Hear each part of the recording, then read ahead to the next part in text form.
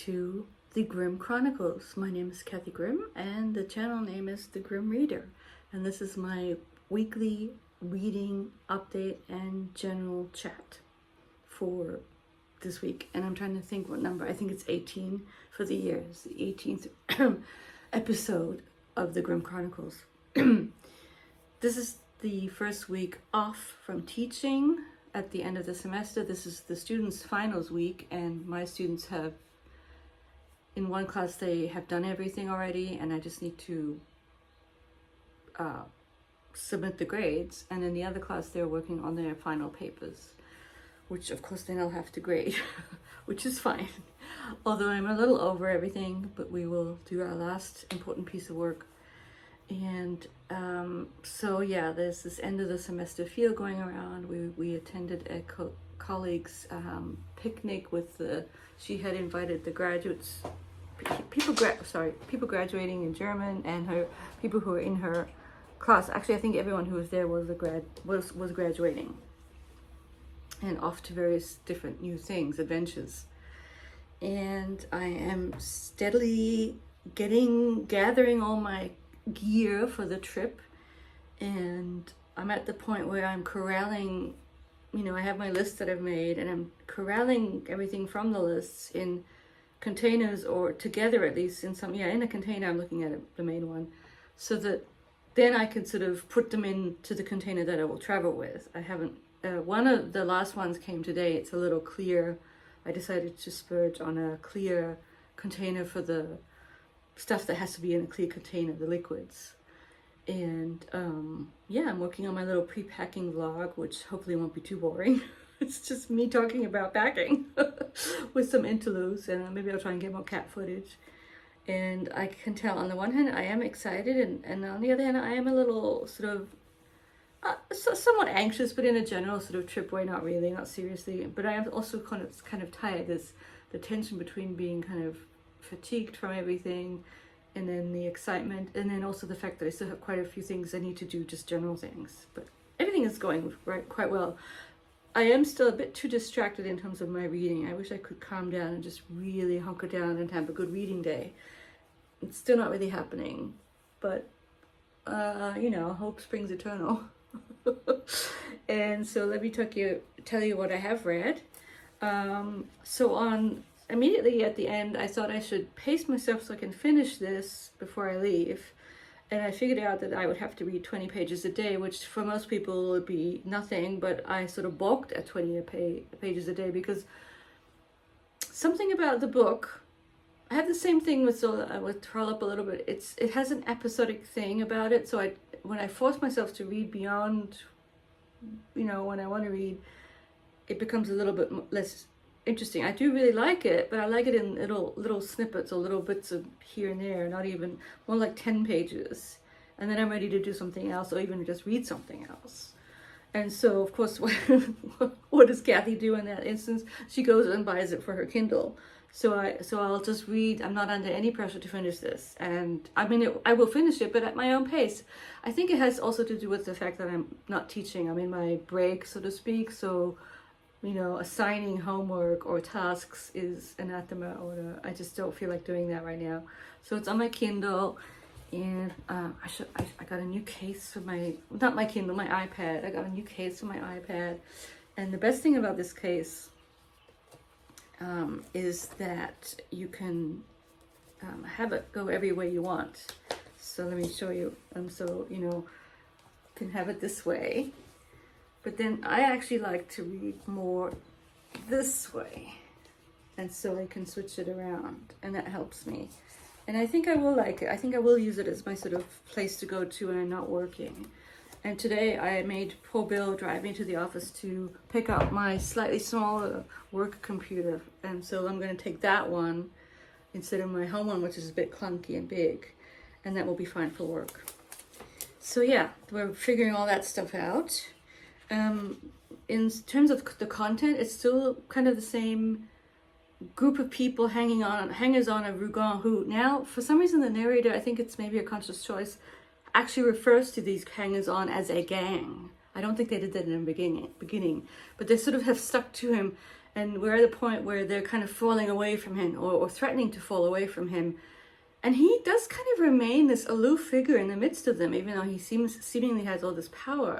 And it's true that his inscrutability is sort of part of the game, that they're all trying to figure out what he's thinking. We're trying to figure it out. We're not given a lot of his internal stuff. That's just not the type of book it is. And the big scene that I sort of have underlined a little bit, I won't read you anything this week, was they all went to this country house where the emperor and empress were. So this is the second regime of France, which ended, big important date for German history, because it's, the ultimate quiz question for my students is, what year was the first year that there was such a thing called Germany, the political entity by the name of Deutschland, right? Because it really didn't exist until 1871. Finally, they vanquished the I don't know a lot about that war, except that at the end there was a treaty signed and France lost, basically, and Germany finally kind of unified as Germany. And of course the leading force within the unification was Prussia. And as I recall from my still sort of sketchy knowledge even of German history, is that there was this question of whether the Austro-Hungarian Empire would join it. So there would be a big or a little solution, and they went with the little one. And of course the Austro-Hungarian Empire was off doing its own very complicated thing that I would like to know more about too. So, but so the third regime was after Deutschland, after, when Germany had come into existence. Then they have his son, I guess, the emperor's son, I think.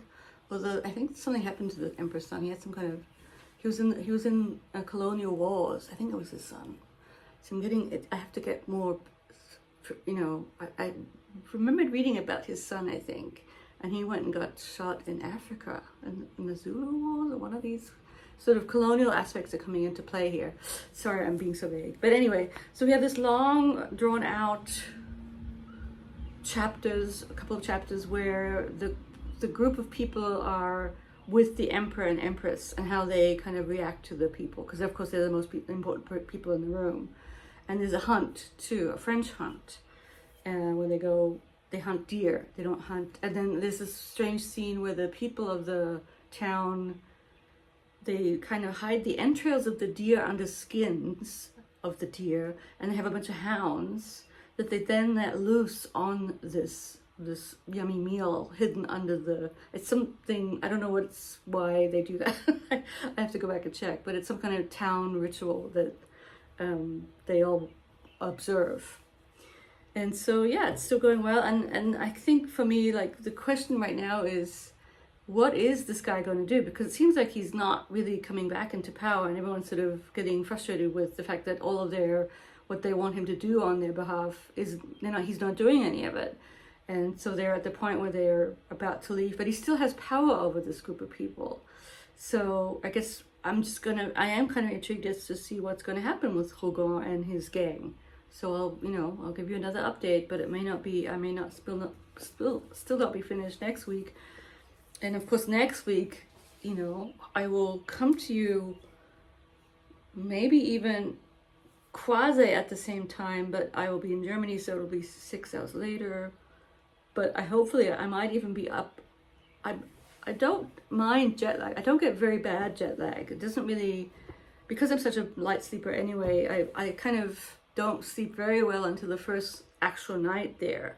I might, when I get there in the morning at about 10, have a nap or something, but I may not. I may just be awake because I'm a non-sleeper.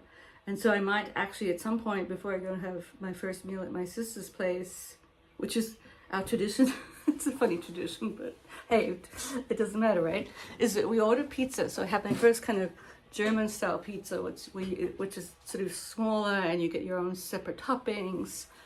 And she said she's already bought the bottle of German champagne. Sekt is chilling in the fridge for me, because they're not big into they don't really drink champagne, Sekt, until boozy Kathy appears. I'm not that boozy, but it's sort of like the ritual is a welcome thing to have a glass of Sekt. And so that'll all happen next Tuesday. And in that time between, before I go see her, and when we've said our goodbyes for that time, and she comes and gets me from the airport, I may do a short update on my reading, because it will all be, I'll have had the plane ride. And the plane ride, I am going to try and be good and either sleep or read. Maybe listen to music, maybe listen to an audiobook, but not get sucked into watching movies, which most people around me always do on planes. And I end up sort of in that drowsy half state watching what other people are watching with no sound. I think I've even had movies on for myself with no sound. It's just weird. You get to that half. So I'm going to try and do mainly reading and sleeping. You know, if I'm dozing, that's fine. But if I'm not dozing, I'll read. And so what I will be reading is perhaps stuff on the Kindle, and I had read something on my Kindle. I'll tell you about that in a minute. And more of flights. So I started this one, and I really like it, but I haven't really figured much out. I'm just still at the very beginning. I kind of had to restart it. And I love this picture from a German encyclopedia. I may have to go and look at, I put my big encyclopedia away in the garage, which maybe I shouldn't have done, but it's a picture of all the different rivers, the lengths of the rivers and kind of what they look like. And all the big long ones, like the Mississippi is over here, but then these are all the European ones, they're shorter. So interesting. I love that picture. So maybe there are other pictures. Is it going to be like Sebald with pictures? Oh, yeah. Hopefully not like Sebald. I was not a fan of the Sebald. He kind of got on my nerves. So hopefully I like this better. I know so many of the people that I really, really cherish on BookTube love Sebald. It could just be that, see, I was reading him in German, and I just didn't care for it that much. Kind of, I don't know why. Maybe you never know. Could it be a mood thing, or it just didn't vibe with Sebald? The other thing that I read on my Kindle is that because he's, as we say in German, in everyone's mouth. Everyone is talking about Gerald Murnane, the really strange fellow from Australia who I decided to start with. And I decided to go with his collected short works because of being, unable to commit to something longer right now. I think the collection has Stream in the title. Oh, I think it's Stream System, maybe. It's like after one of the stories in the collection. Yeah, so Stream System, the collected short works of Gerald Murnane, who lives in Victoria, so rural Victoria, so the state underneath New South Wales, which is my state. And funnily enough, he grew up for a while in this town called Bendigo, and there was a German student who studies linguistics, among other things, whose family moved to Bendigo. And I said, oh, I'd never heard of that town. What do you know? It's the same town that Gerald Murnane lived in. Not anymore, but for when he was growing up. Small world. Although, yeah, it's kind of unusual because I don't think I've ever met an actual student who had an Australian connection ever since I've taught here. No, not really. I mean, back in the day at UMass, there were Australians who were grad students. They were hilarious. But no, I don't think I've ever met anyone that I've taught that was Australian. Anyway, that's just a minor thing, but interesting. So the story I read was a very strange one, and kind of, so what's it called? It's called When the Mice Failed to, not even when, the mice failed to arrive. Is it called When the Mice? Let me check that. Sorry. I'm just obsessing here about what it's called.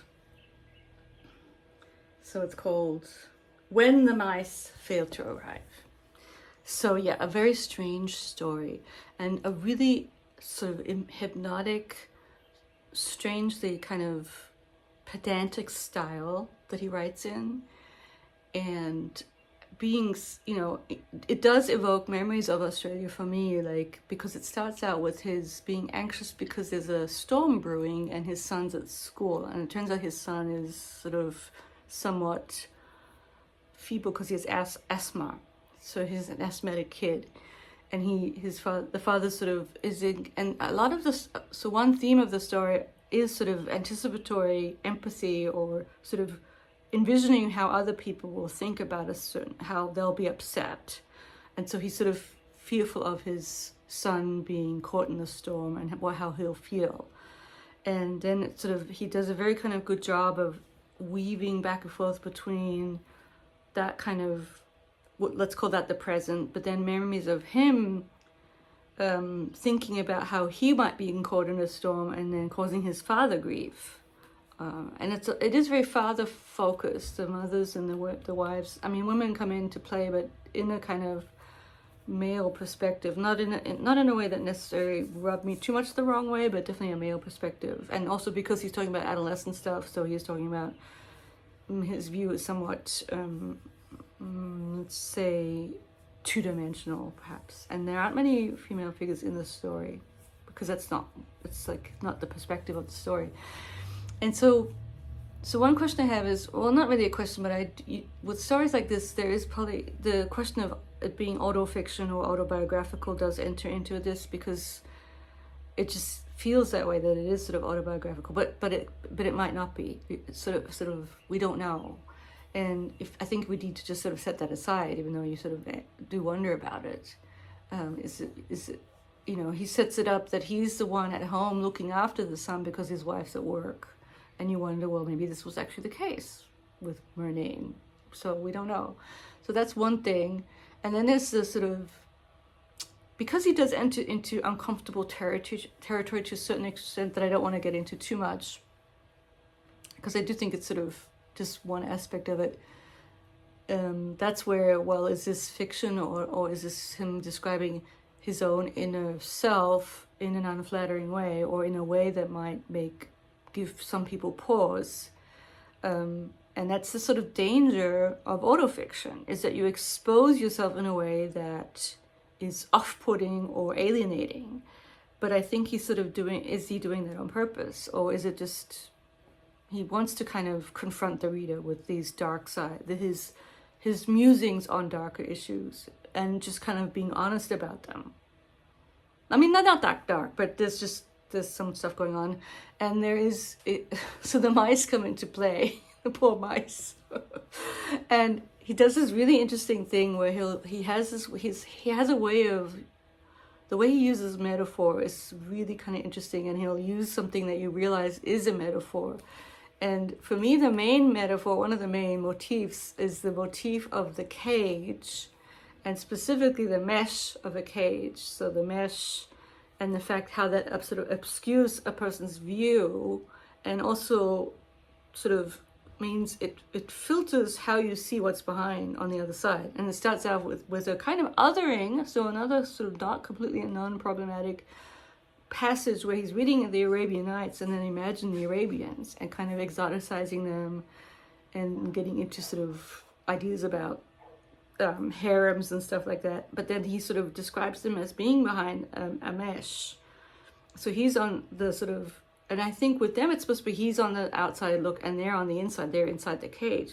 But then he kind of flips around, and at some point he's talking about mice in cages, and he does kind of unsettling things to some of the mice, or he contemplates doing unsettling, not completely sort of sadistic, but just kind of getting rid of them. But then you realize that it's the question sort of evolves after all of the stories. Well, who's the mouse? Who's in the cage? And who's free? Who's he's just like these little mice that are being kind of moved around by him, and he's contemplating their lives and their fates, but if you sort of realize that in some way he's also the mouse who's on the outside playing with his fate. Does that make any sense? So this parallel, who's in the cage, who's on the other side, who's not really seeing things, who's being kind of getting caught up in their limited view of things. And it's a contemplation on all of this interesting stuff, and it's really well done, and it does stay with you. And it's written in a sort of exquisitely unadorned prose that is very unusual. And all the things I've heard of him are fascinating. He's an iconoclast. He doesn't travel. He hasn't been outside of the state of Victoria. So he himself has kind of built an enclosure for himself. And there's an interesting passage where he kind of senses that his son, they have a mouse thing going on between them that I won't describe, he envisions the son sort of saying, well, but it's not that bad to be a mouse like this. Don't worry, you know, I was quite happy. And you sort of sense that he's kind of maybe saying the same thing about himself. There's quite a bit of him online on the YouTubes too. Apologies for outside noises. It's summertime and the window's open and people are doing things. It's actually rather noisy with all the stuff that people are doing. I hope it's not too bad. I'll see. Anyway, so a fascinating beginning to my journey with Murnane, who was obsessed with race horses and horse racing, and I grew up with a father who was also obsessed with horse racing and with betting on the horses. I remember as a little girl going with him to, I think it was called the Tab, the off-course betting place. He would place bets on horses. We all placed bets on for the Melbourne Cup, which is this most famous race called the Melbourne Cup. It was school would stop and we would listen to the race. That's how big it was. I mean, it was our Kentucky Derby and even more so. And so the place of that kind of horse racing in Australian culture, so things that I do kind of remember. And then, of course, he's also obsessed with the Hungarian language, with this strange, difficult language that he's decided to learn. So these sort of, you know, you wonder about his, you know, is he on the spectrum? But it doesn't really matter. He is a phenomenal writer, and perhaps it's just part of who he is. So I'm definitely going to read more of the stories. I want to get more. And I like that I picked the stories because they're definitely more readable in terms of time. So I read that. I'm continuing with Zola. I started this one just barely. And I'm almost done with my Audible. And I'm kind of like, I don't even want to talk about it because it's like, I sort of know what went on, as I always say, but I'm a little bit over it too. Now I really think I might try and pick a different book for the travel to Germany. I'm sort of over the fantasy stuff. Just kind of want something different. Yeah, so I'll definitely pick an Audible book because there will be some bus travel and like when I'm just sort of commuting to where I need to teach in the early mornings for a couple of weeks. So yeah, that's where we're at. I think this is going to be normal, if not longer than normal. And I hope to have the packing pre-Germany vlog done by the weekend or perhaps Monday when I leave. And I'll post it then. And next time I see you, I'll probably talk from my little hotel room that I stay in. I stay in a nice little hotel just because my sister's place is not really conducive to guests. And it's quite close to where she lives anyway. So it's kind of like the routine. So I just stay in this nice hotel next to the train station. So yeah, I will report to you live from Wiesbaden next week. And yeah, hope everyone's doing well. Tell me if you read any of these people or what's up with what you're doing with your reading. And I will talk to you very soon. Bye-bye.